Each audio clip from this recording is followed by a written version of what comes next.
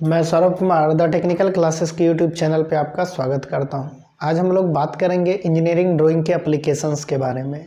तो day to day life में engineering drawing का वाइटल एप्लीकेशन है। हम लोग समझते हैं कुछ एग्जांपल से। जैसे आज आप देखे होइएगा कोई भी मशीन है, उसमें जो उसका मैन्युफैक्चरर है उस मशीन का सारा प्रोडक्ट उसका नहीं होता है, बल्कि जैसे एक एग्जांपल के तौर पे हम एक बाइक की बात करें तो बाइक में देखिएगा टायर सीएट का लगा होता है, मारुति का लगा होता है। लाइटिंग का जो उसमें पार्ट होता है, कह सकते हैं इलेक्ट्रिकल इक्विपमेंट जो होता है वो मिंडा कंपनी का होता है। उसी तरह नट बोल्ट की बात करें तो अलग कंपनी का होता है। तो मैन्युफैक्चरर क्या करता है कि डिफरेंट कंपनी से डिफरेंट कह सकते हैं मैन्युफैक्चरर से क्या करता है, सामान को, वस्तु को खरीदता है, कह सकते हैं स्पेयर को, पुर्जा को खरीदता है। स्पेयर का हिंदी पुर्जा होता है। खरीद के वो असेंबल करके मार्केट में बेचता है। या कह सकते हैं और दूसरा एग्जांपल, जैसे आज देखे हुइएगा कि एक छोटे से प्लॉट में, अगर शहर की बात करें तो एक छोटे से भूभाग में बहुत अच्छा लुक का बिल्डिंग बन जाता है। या गांव में आप देखे हुइएगा कि बहुत बड़ा प्लॉट होते हुए भी कि घर का सिस्टमेटिक अरेंजमेंट नहीं हो पाता है। आखिर ऐसा क्यों? या देखे हुएगा कि आज एक से एक पुलिया का निर्माण हो रहा है जिसका कि स्ट्रेंथ काफ़ी ज़्यादा है। तो सब में इंजीनियरिंग ड्राइंग का यूज है। कैसे? तो जैसे मान लीजिए कि कोई एक कार का मैन्युफैक्चरर है, ठीक है, तो कार का बॉडी, वो मान लेते हैं कि वो कार का बॉडी किसी और मैन्युफैक्चरर से खरीदेगा। अब देखिए, वो मैन्युफैक्चरर का जो रिक्वायरमेंट होगा कार के बॉडी का, ये कार का बॉडी हो गया। अब जो मैन्युफैक्चरर है, सपोज ये एक कंपनी जो है ये कार का मैन्युफैक्चरिंग करती है। ये कार का क्या करता है? मैन्युफैक्चरर है, ठीक है। तो ये कार का मैन्युफैक्चरर कौन है? ए। अब बी जो है ये बॉडी का मैन्युफैक्चरिंग करता है। कंपनी कोई बी है, इस बॉडी का मैन्युफैक्चर करता है।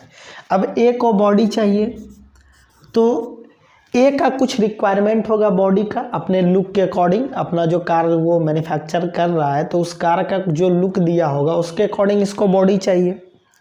अब यदि ये इसको इसका डायग्राम प्रोवाइड करा देता है तो वो इजी वे में इसके अकॉर्डिंग ये बॉडी को बना देगा। ये अगर कार का, कह सकते हैं इस बॉडी का ग्राफिकल रिप्रेजेंटेशन की बात करें, ग्राफिया अगर रिप्रेजेंटेशन ये इसको प्रोवाइड करा देता है तो इसके अकॉर्डिंग इसका जो रिक्वायरमेंट होगा ये फुलफिल कर देगा।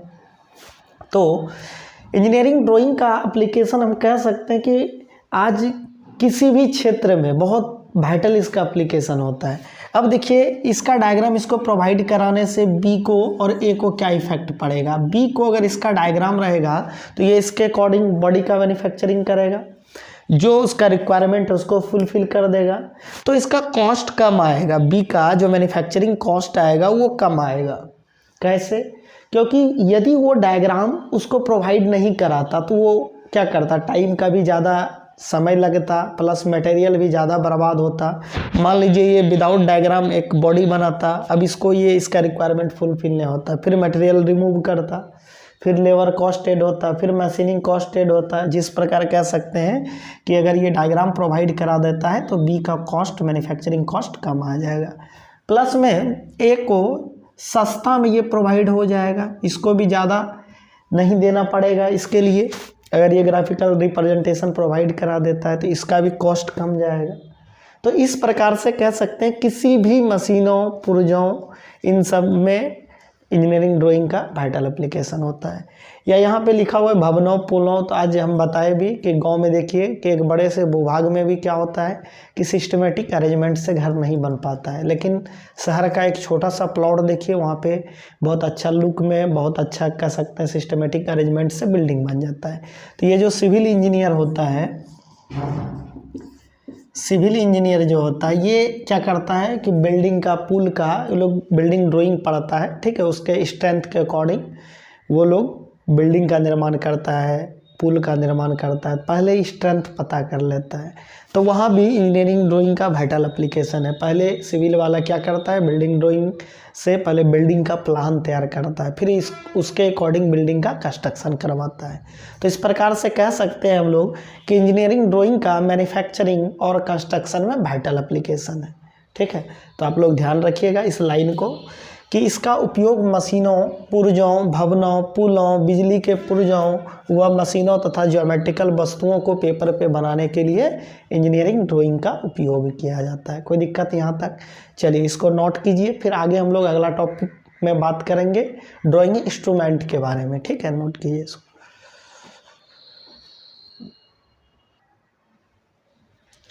चलिए अब बात करेंगे ड्राइंग इक्विपमेंट के बारे में। तो ड्राइंग को ठीक या सही या कह सकते हैं कि कम समय में बनाने के लिए किए गए उपकरणों के उपयोग को ही क्या कहते हैं? ड्राइंग इंस्ट्रूमेंट कहते हैं। ड्राइंग को कम समय में और सही से बनाने के लिए जिस भी उपकरण का हम लोग उपयोग करेंगे उसको क्या कहेंगे? ड्राइंग इंस्ट्रूमेंट्स बोलेंगे।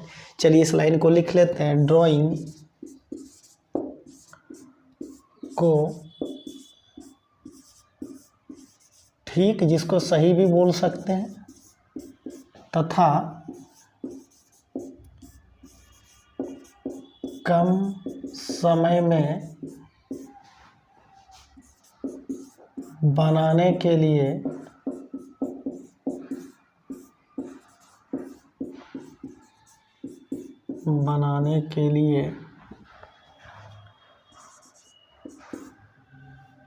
किए गए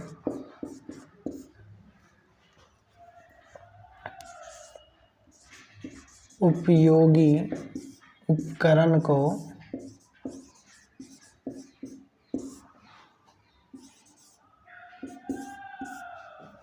ड्राइंग उपकरण कहते हैं।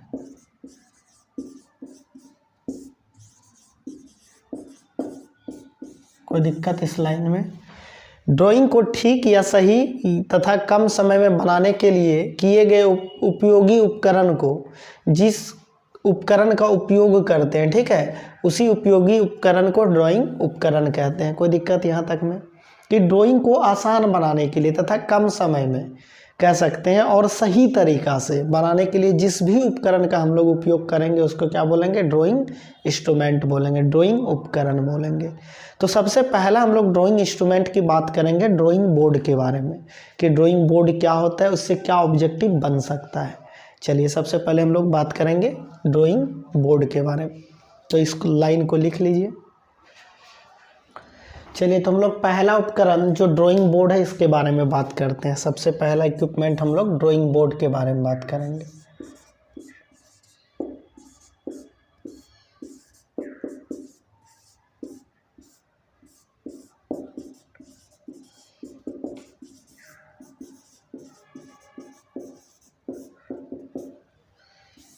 तो समझते हैं ड्राइंग बोर्ड क्या होता है।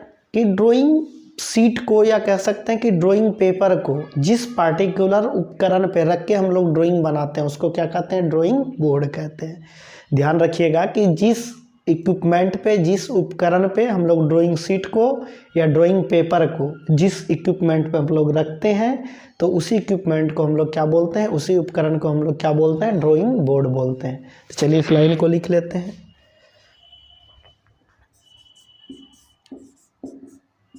जिस उपकरण पर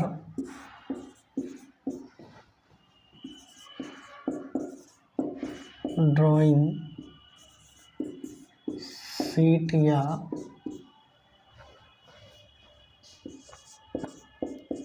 ड्राइंग पेपर को रखकर ड्राइंग किया जाता है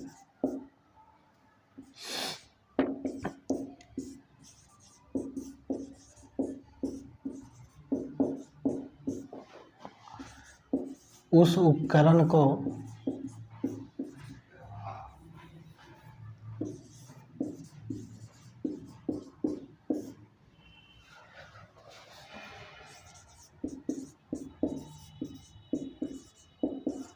ड्राइंग बोर्ड कहा जाता है।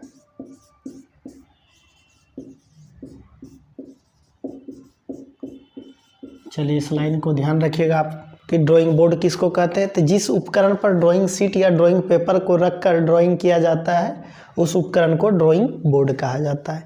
तो इसका कुछ कुछ इम्पॉर्टेंट पॉइंट है, उसको भी हम लोग नोट करेंगे, ठीक है।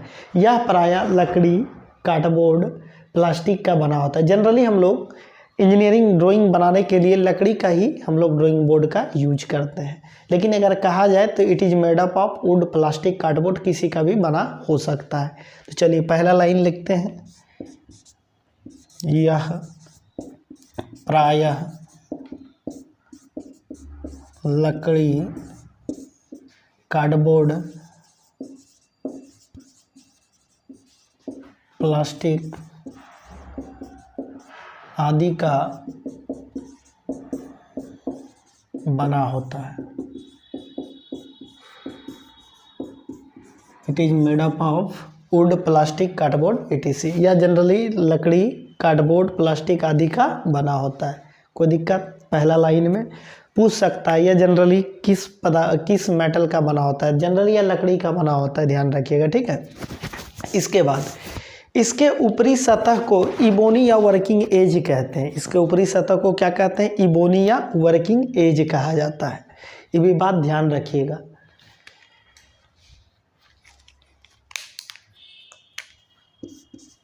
अभी हम डायग्राम भी बनाएंगे, कैसा दिखता है, किसको, किस पार्टिकुलर भाग को क्या कहते हैं, इसका साइज के अकॉर्डिंग मार्केट में किस किस साइज में अवेलेबल होता है, क्या नाम होता है, सबसे छोटा क्या होता है, सबसे बड़ा क्या होता है, क्योंकि यहाँ से भी ऑब्जेक्टिव बनता है, ठीक है। इसका मोटाई क्या होता है, 15 से 25 mm होता है, जो भी है सब बात को करके हम लोग लिखेंगे।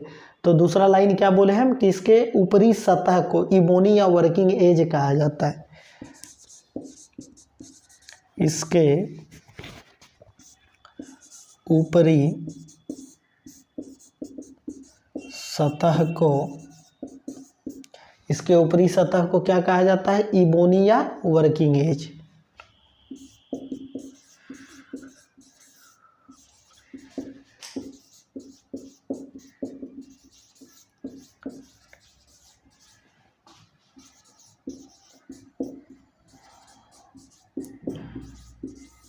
कोई दिक्कत? ये लाइन को ध्यान रखिएगा, ये भी बहुत इंपॉर्टेंट क्वेश्चन है। इसके ऊपरी सतह को वर्किंग एज या इबोनी कहा जाता है। कोई दिक्कत यहाँ तक में किसी को? जो क्या होता है? समतल होता है। जो क्या होता है? समतल होता है। ये भी बात यहीं पे ऐड कर देते हैं। जो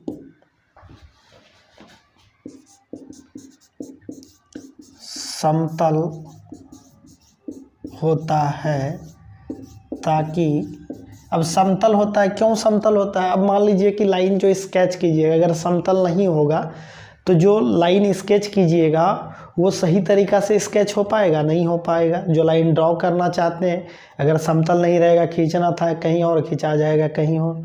तो ध्यान रखिएगा कि जो ड्राइंग बोर्ड का ऊपरी सतह होता है वो बहुत स्मूथ होता है, बहुत समतल होता है, ठीक है। और उस भाग को ही क्या कहते हैं हम लोग? इबोनी या वर्किंग एज कहते हैं। और उसका ऊपरी सतह क्या होता है? समतल होता है, ताकि लाइन सही तरीका से खींचा जा सके। कोई दिक्कत इस पॉइंट में?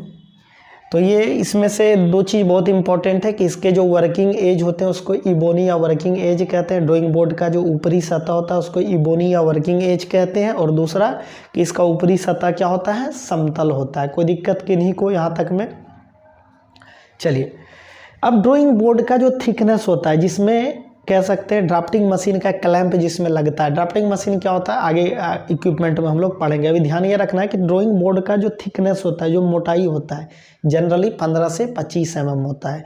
और हम बताए भी थे कि ड्राइंग में जितने भी डाटा का यूज हम लोग करते हैं वो mm में करते हैं प्रायः, ठीक है। तो इस लाइन को भी लिख लेते हैं कि ड्राइंग बोर्ड का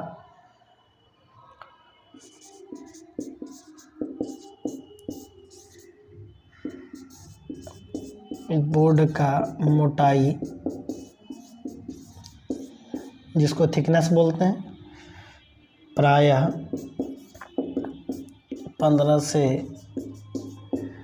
25 mm होता है। यहाँ तक में कोई दिक्कत? ये भी बहुत इंपॉर्टेंट क्वेश्चन है, ठीक है, कि ड्राइंग बोर्ड का मोटाई जो होता है कितना होता है, तो 15 से 25 mm होता है। कोई दिक्कत?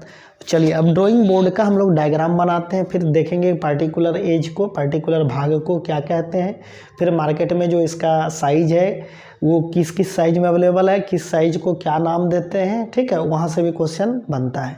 तो यहाँ तक आप लोग नोट कीजिए, फिर हम लोग आगे देखते हैं।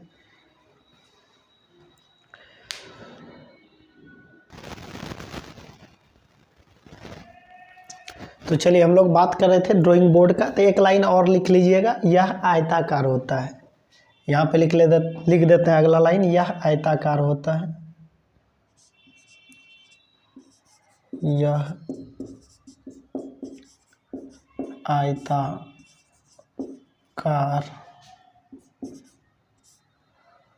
होता है। It is rectangular in shape. Drawing board किस आकार का होता है? आयताकार होता है। क्यों होता है? क्योंकि ड्राइंग शीट भी क्या होता है? आयताकार होता है, इसीलिए ड्राइंग बोर्ड भी क्या होता है? आयताकार होता है। तो चलिए हम लोग जानते हैं किस पार्टिकुलर पोर्शन को ड्राइंग बोर्ड में क्या कहते हैं। ये देखिए ड्राइंग बोर्ड का नीचे का भाग है, ठीक है, नीचे का भाग है, बॉटम पोर्शन है, उसमें वुडन का 3-4 स्ट्रिप लगा होता है जिसको वुडन स्ट्रिप बोलते हैं। कोई दिक्कत? अब देखिए ये ड्राइंग बोर्ड का टॉप भाग है, ठीक है, ऊपरी भाग है, जिसको इबोनी या वर्किंग एज कहते हैं, इबोनी या इसी को वर्किंग एज कहा जाता है। दूसरा बात, इसका यही थिकनेस की बात बोल रहे थे, ये जो थिकनेस होता है ड्राइंग बोर्ड का, इसका जो मोटाई होता है यही 15 से 25 mm होता है, ठीक है, ध्यान रखिएगा कितना होता है? 15 से 25 mm होता है। बहुत इंपॉर्टेंट क्वेश्चन है कि ड्राइंग बोर्ड का थिकनेस कितना होता है? 15 से 25 mm। ध्यान रखिएगा ये ड्राइंग बोर्ड का नीचे का भाग है जिसको वुडन, इसमें वुड का 3-4 गो स्ट्रिप लगाया जाता है, इसीलिए इसको वुडन स्ट्रिप बोलते हैं। ये भी वुडन स्ट्रिप है, ये भी है, ये भी है। उसके बाद यह ऊपर का भाग है जिसको इबोनी या वर्किंग एज कहते हैं। इसका सतह क्या होता है? समतल होता है, चिकना होता है, स्मूथ होता है, यह आयताकार होता है, ठीक है।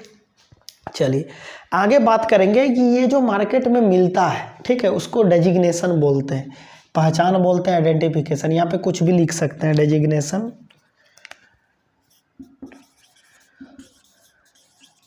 डेजिग्नेशन यानी कि कह सकते हैं कि पहचान। मार्केट में ये जो मिलता है पहचान या आइडेंटिफिकेशन भी बोल सकते हैं। मार्केट में ये जो मिलता है, तो इसका जो ड्राइंग बोर्ड का डेजिग्नेशन लेटर होता है डी होता है। क्या होता है? डी। डेजिग्नेशन लेटर क्या होता है? डी। तो डी नोट से D4 तक मिलता है, D naught, D1, D2, D3, D4, ठीक है। उसके बाद साइज, इसका साइज क्या होता है? तो साइज हमेशा mm में होता है। अब रेक्टेंगुलर शेप में होता है, ठीक है, तो रेक्टेंगुलर शेप में होता है तो क्या होगा? लंबाई चौड़ाई होगा, और थिकनेस तो जानिए रहे 15 से 25 होता है। तो देखिए इसका साइज जो होता है डी नोट का, ये होता है 1500 गुना 1000 गुना 25 mm, ठीक है, मतलब 1500 लंबाई, 1000 चौड़ाई, 25 mm मोटाई। अगला होता है 1000 गुना 700 गुना 25 mm, ठीक है। अगला जो होता है 700 गुना 500 गुना 15 mm, ठीक है। अगला जो साइज होता है 500 गुना 300 गुना 15 mm, ठीक है। अगला जो साइज होता है 300 गुना 250 गुना 15 mm, ठीक है। ध्यान रखिएगा इस डाटा को, क्योंकि ये भी बहुत इम्पोर्टेंट है कि इंजीनियरिंग ड्राइंग के लिए जो ड्राइंग बोर्ड का उपयोग करते हैं मार्केट में, उसका डेजिग्नेशन किस लेटर से होता है? डेजिग्नेशन या आइडेंटिफिकेशन कुछ भी बोल सकता है, तो डी लेटर से होता है, ठीक है। तो मार्केट में ये डी नोट से D4 तक साइज में, अलग अलग साइज में अवेलेबल होता है। तो डी नोट का जो साइज होता है 1500 गुना 1000 गुना 25 mm, D1 का 1000 गुना 700 गुना 25 mm, D2 का 700 गुना 500 गुना 15 mm, D3 का 500 गुना 300 गुना 15 mm, D4 का 300 गुना 250 गुना 15 mm। तो इसमें आपको ये डाटा नहीं पूछेगा, पूछेगा कि सबसे बड़ा जो ड्राइंग बोर्ड होता है किस साइज का होता है? सबसे बड़ा। तो सबसे बड़ा ध्यान रखिएगा क्या होता है? डी नोट, ठीक है। आपको पूछेगा कि ड्राइंग बोर्ड का सबसे बड़ा साइज क्या होता है, तो D0, और D4 क्या होता है, सबसे छोटा। ठीक है, ध्यान रखिएगा ये भी कि D4 क्या होता है, सबसे छोटा ड्राइंग बोर्ड का साइज होता है। ठीक है, या कह सकते हैं कि D4 ड्राइंग बोर्ड जो होता है सबसे छोटा होता है। और इंजीनियरिंग में जो यूज होता है वो D1 होता है, यूज इन इंजीनियरिंग। ठीक है, क्यों यूज होता है इंजीनियरिंग में D1, क्योंकि इंजीनियरिंग में जो है ड्राइंग शीट जो होता है वो A1 साइज का उपयोग किया जाता है। तो चलिए इस लाइन को भी लिख लेते हैं, टू यूज पेपर। अब किस ड्राइंग बोर्ड पे कौन सा पेपर का यूज किया जाता है, तो जिस प्रकार से ड्राइंग बोर्ड का डेजिग्नेशन लेटर D होता है, ड्राइंग शीट का या ड्राइंग पेपर का डेजिग्नेशन लेटर A होता है। ठीक है, तो यहाँ पे कह सकते हैं हम लोग कि A0 का उपयोग होता है, A1 का, A2 का, A3 का, इस पे A4 या A5। ठीक है, तो ड्राइंग बोर्ड जो मार्केट में अवेलेबल होता है, ड्राइंग शीट जो होता है वो A0 से A5 तक होता है, टोटल 6 प्रकार का होता है। तो हम ये बोल रहे थे कि इंजीनियरिंग में जो यूज होता है वो D1 साइज का, क्योंकि इंजीनियरिंग ड्राइंग जो होता है A1 पेपर पे होता है। ठीक है, ड्राइंग शीट का जो उपयोग करता है इंजीनियरिंग में, जो उपयोग करते हैं हम लोग, वो कौन सा साइज, तो A1। इसीलिए ड्राइंग बोर्ड इसके लिए कौन सा रिक्वायरमेंट होगा, ड्राइंग बोर्ड का जो रिक्वायरमेंट होगा D1 साइज का होगा। तो इससे 3 बात ये बहुत इंपॉर्टेंट है इसमें, इस डाटा से, इस टेबल से 3 बात ध्यान रखिएगा। सबसे बड़ा D0, सबसे छोटा D4, और हम साथ में ऑब्जेक्टिव भी लास्ट में करा दिया करेंगे। एक टॉपिक पूरा कंप्लीट हो जाएगा तो उसका कुछ पॉइंट्स को जो ऑब्जेक्टिव बन सकता है उसको भी आप लोग के बीच करा दिया करेंगे। ठीक है, तो चलिए ड्राइंग बोर्ड का इतना तक मेन बात था, सारा बात आप लोग नोट कर लीजिएगा अच्छे से और इसको ध्यान रखिएगा। फिर हम लोग अगला इंस्ट्रूमेंट में अगले लेक्चर में बात करेंगे। ठीक है, थैंक यू फॉर वॉचिंग। आप लोग हमारे चैनल को लाइक तथा सब्सक्राइब करें और अपने दोस्तों के बीच शेयर करें। धन्यवाद।